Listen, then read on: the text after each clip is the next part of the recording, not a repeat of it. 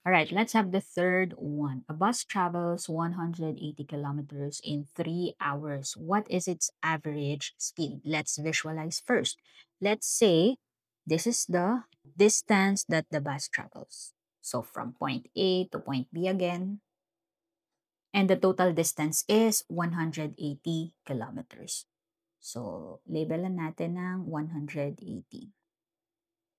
And then in how many hours? 3 hours. Now, if we're looking for the average speed, it means we're looking for the number of kilometers per hour, per 1 hour.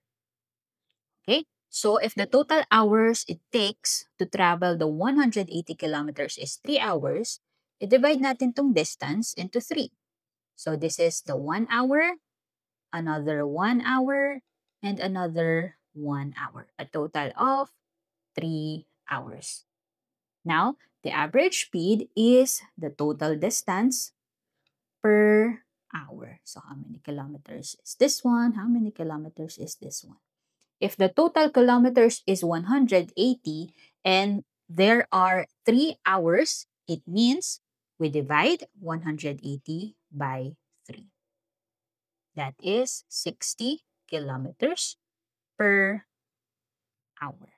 Now, for the formulas, to get the average speed or the speed, it's always distance over time. It's actually the same as or similar to the percentage base rate triangle. So we have the distance, the average speed, and then the time. So to get the speed or the average speed, we have distance over time.